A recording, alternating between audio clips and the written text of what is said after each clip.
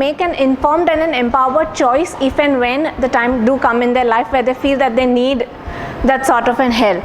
So I will simply take you through what is healing and what is the process of counseling, what is alternative healing, brief description about different kinds of alternative healing, how do you choose our therapist, and what is the relevance of credentials, and what are some of the things that one can keep in mind while we are going through the process of counseling. I'll just briefly give a little bit background of myself. My name is Anjali Bakshi, like she said, and I am a clinical psychologist and a hypnotherapist by profession. I am a co-founder of this organization called Soul Root, where we practice traditional as well as alternative healings. I am also associated with a marriage counseling center and a college where I work as a students counselor. Now moving on to what I am going to talk about today is beginning with this, that we keep on talking about healing and counseling, and we keep on hearing these terms very often these days. But what is it really all about? When we are talking about healing, the word by itself means that there is something more to it. It sounds very holistic in its nature. Initially, when we start talking about healing, the first thing comes to our mind is about physical healing, because that is the most tangible. That is the only thing that we can actually measure. We know कि आज यहाँ पे दर्द है और अभी दवाई लिया और अभी दर्द नहीं है, and therefore it is more concretized, more tangible for us. However, healing actually is a lot more to it than just physical healing.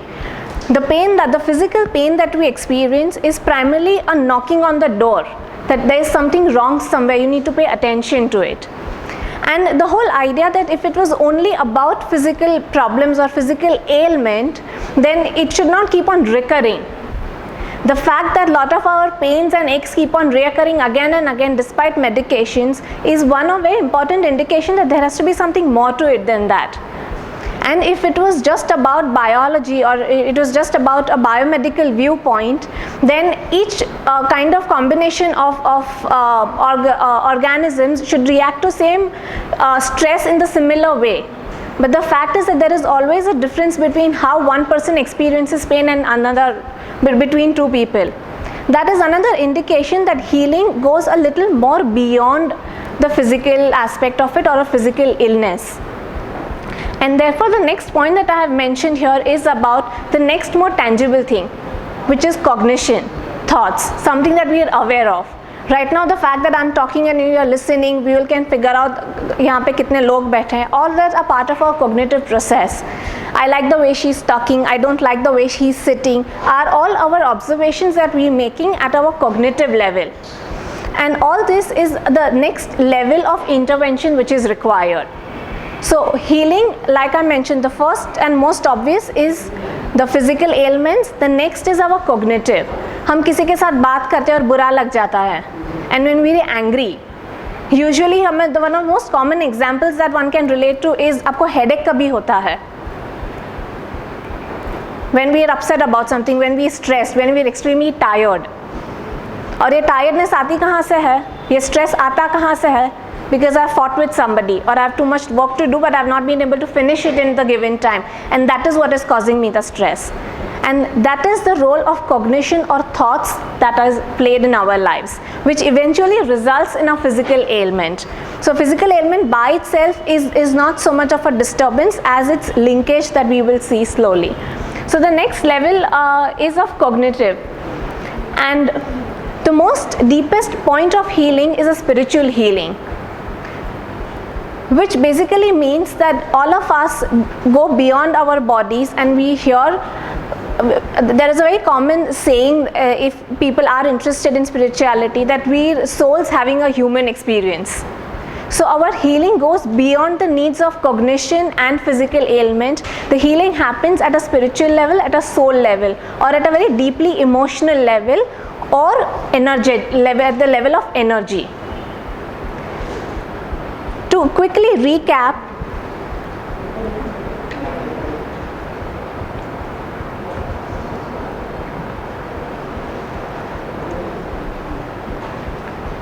This is how our system actually works.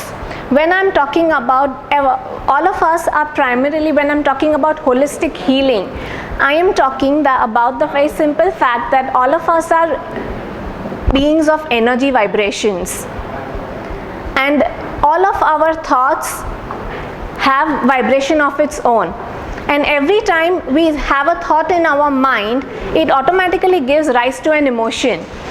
That emotion automatically gives rise to some sort of changes in our body energy at some level, and when this energy is blocked or thwarted is when it becomes at a physical level, or what we experience as a physical ailment.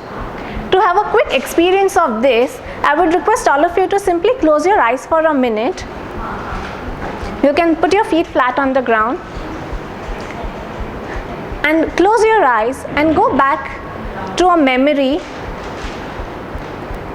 which has been extremely happy. That one memory that flashes in your mind when you're talking about feeling extremely happy. Go through that experience, go through that memory. Notice what are the thoughts associated with it.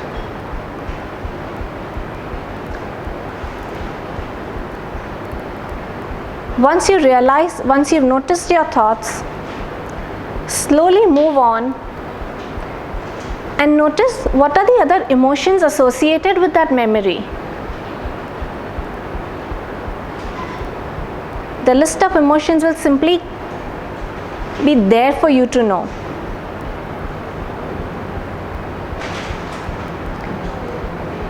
And once you've noticed those emotions, stay with it for a minute.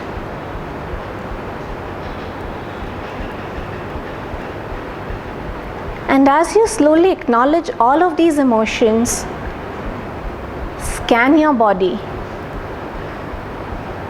Notice what are you feeling physically right now with this happy thought, happy emotion, happy experience that you all are going through.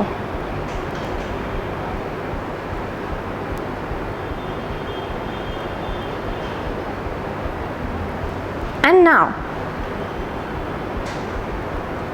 shift your memory to one memory which is extremely sad, that has really upset you, that has really hurt you at some point in time.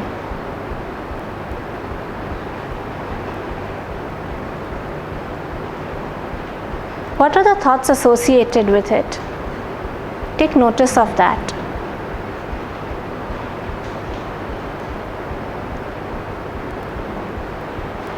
Slowly notice what you're experiencing physically.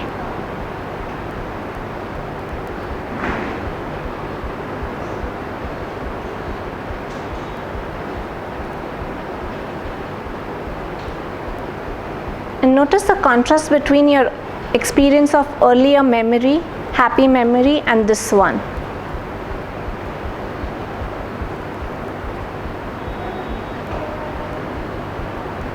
And whenever you feel ready, you can open your eyes.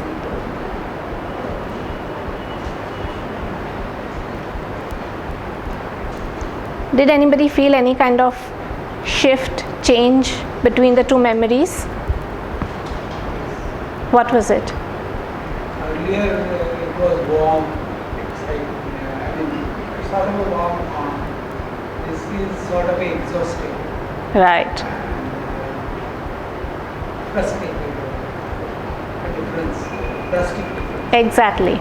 Anybody else would want to share? Yeah, the first memory was full of excitement. The second one was totally shattered. Disappointments and frustrations. Right. Did you experience any sort of a change in your physical reactions to it? What were those? Because the earlier thought was about 40 years back. And then the second thought was about 20, 25 years back. So naturally what was associated with the physical things, that also was experienced. Right. Anybody else would like to share their experience? Okay. Now the whole point of this experiment or experience was to get you to bring this point home, that each of your thought affects you physically. And therefore it's important, and therefore the whole link that when we are talking about going through counseling or going for any kind of physical treatment for any kind of physical illness, it has to have a second component to it, which is where the counseling or alternative healing plays a very important role. This is to by no means to say that physical treatment may not be required. If the time is at this point, if something is happening, then yes, you do need to put a band-aid and stop your bleeding. You can't wait for the energy shifts to happen. But if you want a more holistic healing, a more permanent shift in the way you think, with the way you feel, the way your life is at this point, then what you need to look at is a holistic healing. And that is where it's important to keep this paradigm in mind. And if we want to therefore deal with any kind of physical ailment, we have to go through this whole motion where we are acknowledging and addressing issues that are part of your thought, emotion and energy. Because more often than not, we realize that, oh, I have this thought that I'm very angry with my mother, but I'm not really allowed to get angry with my mother. So what happens to that emotion? What happens to that thought? मुझे चिल्लाना है अभी अपनी mummy पे, but I'm not allowed to. I'm suppressing it. So where does the suppression go? What is the consequence of that suppression? Exactly. I have had a thought that I want to shout at my mom. I'm not allowed, which is making me even more frustrated. So there is now anger and frustration, and I don't even have an outlet to let go of that anger and frustration. What is happening to all of this? You notice even when I was relating physical anger, my automatic reaction was to explain it like that. Clenching of body. Each emotion has a physical response.